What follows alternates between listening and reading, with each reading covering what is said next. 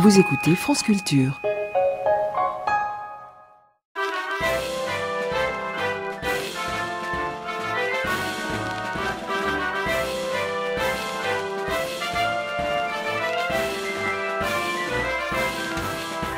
Attention Simone, bientôt le changement d'année, ça va être le moment de ne pas prendre de résolution.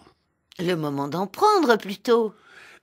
D'une certaine manière, oui. Bon, pour être exact, disons que c'est le moment de prendre les résolutions dont tu sais pertinemment que tu ne les tiendras pas, dans la mesure où c'est bien connu, on ne tient jamais les résolutions de la nouvelle année. Il faut donc en profiter pour prendre les résolutions utopiques, irréalistes, intenables, que j'appellerais les résolutions virtuelles. Celle-là, c'est le moment. En revanche, s'il y a une résolution à laquelle tu tiens vraiment, qui te semble vraiment importante dans ta vie, une résolution qu'à contrario j'appellerais réelle, alors abstiens-toi surtout de la prendre maintenant, parce qu'elle rejoindrait immanquablement la cohorte des résolutions qu'on ne tient pas. Concrètement ? Tu es résolu à te remettre au sport. C'est une question de santé, de bien-être physique et mental, et c'est parfaitement faisable. C'est une résolution intelligente et sage. Ne la prends pas maintenant. Elle finira aux oubliettes dès la mi-janvier. Attends tranquillement la fin de janvier pour prendre cette bonne résolution et la tenir. En revanche, ne te gêne pas pour prendre dès maintenant la résolution, par exemple, de ne plus boire une goutte d'alcool. C'est une résolution que tu ne tiendras pas sérieusement. Et ça n'est pas bien grave, il te suffira de consommer avec modération. Inutile de tenter de t'astreindre à l'abstinence totale. Tu ne tiendras pas. Alors à quoi bon la prendre, cette résolution ? C'est la part du rêve.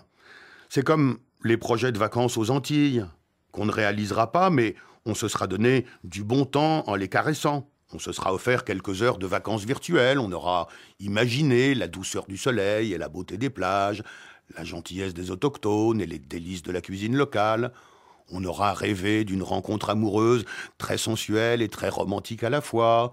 On aura exploré en rêve des fonds marins féeriques et on aura pris des bains de minuit en compagnie d'une joyeuse bande de copains très marrants et très cultivés de surcroît. Bon, rien de tout cela n'arrivera, mais on se sera offert, pour pas un rond, de belles heures de bonheur virtuel. Rien qu'en t'écoutant, j'ai bien profité. Eh bien, c'est pareil pour les résolutions virtuelles.